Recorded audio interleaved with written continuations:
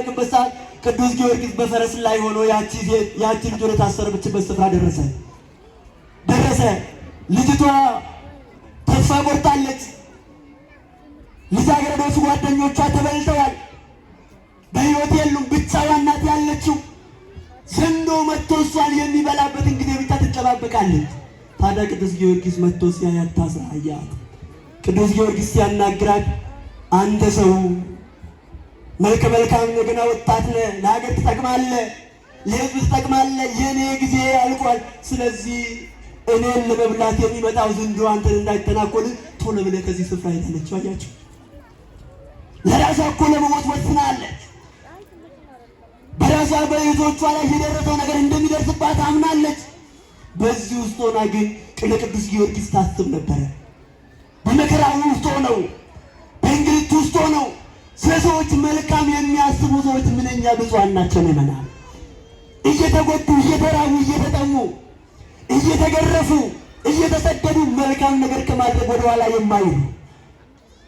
የማይሉ ታዲያ ቅዱስ ጊዮርጊስ እሷ ይህንን ቃል ስትናገረው አይዞሽ እህቴ ከዛሬ ቀን ጀምሮ ይህ ዘንዶ በአንቺም ላይ ይሁን በቀሩት እህቶችሽ ላይ ስልጣን የለውም ማለት። ክብርና ምስጋና ለአምላካችን ለልዑል እግዚአብሔር።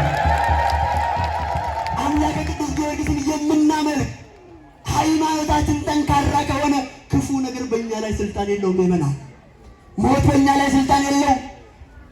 መለያየት በእኛ ላይ ስልጣን የለውም። ፍቅር ማጣት በእኛ ላይ ስልጣን የለውም። ታዲያ ከኛ የሚጠበቀው በሃይማኖት መጠንከር ያስፈልጋል።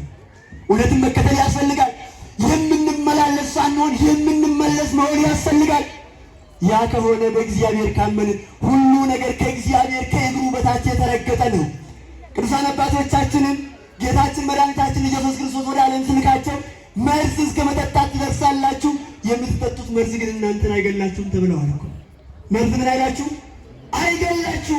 ለምን? ክርስቶስን አምነው የክርስቶስን ስም ጠርተው ጠንክረው ከወሰዱት በእግዚአብሔር የማይሻር ነገር የለም። በቅዱስ ጊዮርጊስ ታሪክ ላይ ተፈጽሟል።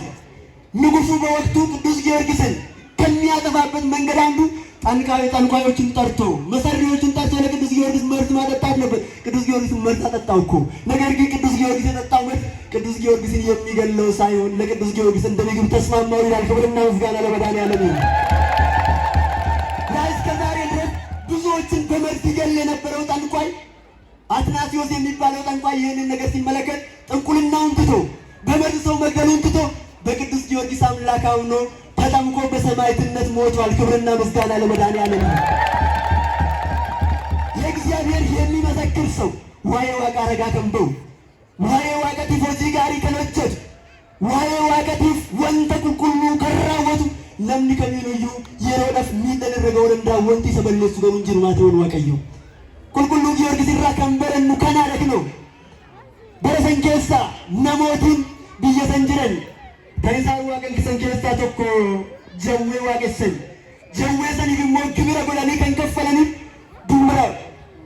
ዱብረ ገና ዱሩማ ለንጅራቱ በረሰን ኬሳ ዱብሪ ናኖ ሰን ጅርቱ ጀዌ ሰን ኛተምቴ እርገዱምቴ ወደንተል ደግጊን የሟፍቱ ጊዮርጊስን ፈርደሳት ረታዬ ገረንተለ ሄደምቴ ዶሺ የገቱ ሰሊት ነቄ ጀዳ እንተልቱን ጊዜ ከና ጊዮርጊስ የሙላልቱ አኒ ኦቦላየንኮ ኢሪዮንኮ ዱበረችን እንደወኑ ዱበረችን ሰንበሬ ሙንዱሩ መኒ ጅሩ አነ ወርቅየስ ደበሰሪ ደከኛ ተሙነከነኒ ጅሩ አተከነ ፋነኛ ተምቲ የሚዝሬ ጀቴ ጊዮርጊስ ይንገሩ አረቻላ አራየ ገለ ስረትስታይ ለሞተ ብራት ረቲ ጀዌን ኩን ያንጎን ቀቡይን ሶዳቲን ጀደኒን ሶዳቲን አኖራ ጆር ኩልኩሉ ጊዮርጊስ አር በቃል ኪዳኑ አትፍሩ ይበለ ቅዱስ ጊዮርጊስ።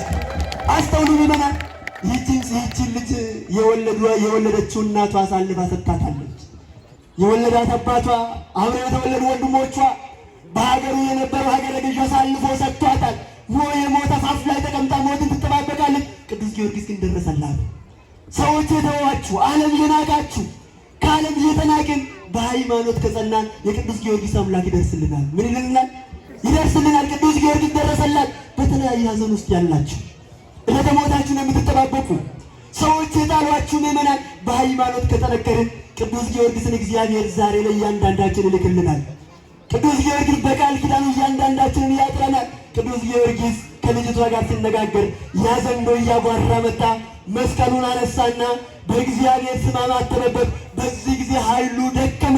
ቅዱስ ጊዮርጊስ ከፈረሱ ላይ ወርዶ በታጠቀው ዝናር አንገቱን አስሮ ሰዎቹን የሚበላውን ዘንዶ እየጎተተ ወደ ከተማ መካከል ገባ። ክብርና ምስጋና ለእግዚአብሔር።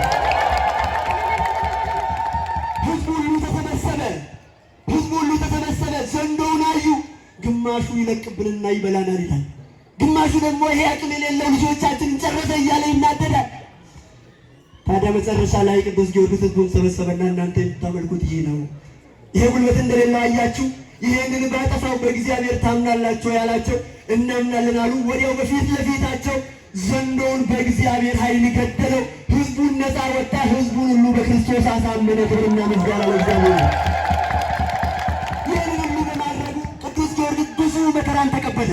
ይህን ሁሉ በማድረጉ ተጠላ፣ ተሰደደ፣ ብዙ እንግልት ደረሰበት። እግዚአብሔርን ከማመን ወደ ኋላ አላለም። 7 ዓመት በዚህ መልኩ ጉዞውን ከቀጠለ በኋላ በዛሬው ቀን ጌታችን መድኃኒታችን ኢየሱስ ክርስቶስ ቅዱሳን መላእክትን፣ ጻድቃን፣ ሰማዕታትን አስከትሎ ወደ ቅዱስ ጊዮርጊስ መጣ። ወደ እያንዳንዳችን ሕይወት አምላካችን ለሆነ እግዚአብሔር ይምጣ። ወደ ታመነለት፣ ወደ መሰከረለት አፍሮ እሱን ወደ አልካደው ወደ ቅዱስ ጊዮርጊስ መጣ። የምንታመንለት አምላክ፣ የምናምነው አምላክ ወገኖቼ የሚጥለን እንዳይመስላችሁ አይጥለንም፣ አይተውንም። ከኛ የሚጠበቀው ነገር ሳንወላውል አምላካችን ልዑል እግዚአብሔርን እንበለው። እስቲ በሃይማኖታችን እንጽና። የሚቸግረንን ነገር ወደ እግዚአብሔር በእምነት ሆነን እናመልክ። ይህንን በምናደርግበት ሰዓት መከራ ሊደርስብን ይችል ይሆናል። መከራው ግን የሚገልጸን እንጂ የሚሸፍነን አይደለም። ቅዱሳን አባቶቻችን መከራው ገለጣቸው። ጨረቃ የምትደምቀው በጨለማ ነው ወይስ በፀሐይ ነው? በምስል የምትደምቀው ጨለማ ሲኖር ነው የምትደምቀው።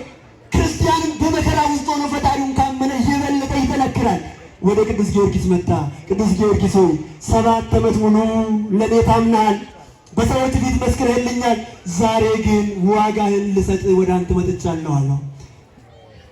ኩልሜ በነስከነ ለሞት ዋስየካ